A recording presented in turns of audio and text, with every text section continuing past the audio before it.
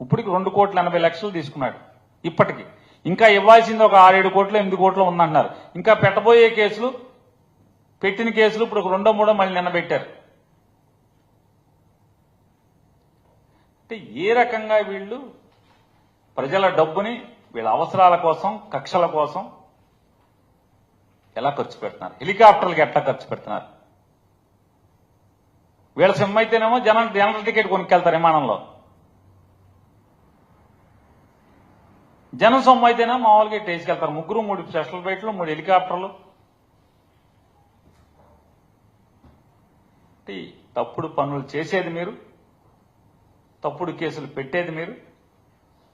దేన్నైనా నువ్వేం చేసుకున్నా జగన్మోహన్ రెడ్డి గారి నాయకత్వంలో, జగన్ గారి దగ్గర నుంచి గ్రామ స్థాయిలో కార్యకర్త వరకు కూడా నిన్ను ఎదిరించి, నిన్ను పోరాటం చేయడానికి, నిన్ను గద్దె దింపడానికి, నీ తప్పుడు పనుల్ని ప్రజల్లో ఎండగట్టడానికి నడుం కట్టుకుని ఉంటాం, సిద్ధంగా ఉంటామని చెప్పని చంద్రబాబు నాయుడికి హెచ్చరిస్తున్నాం.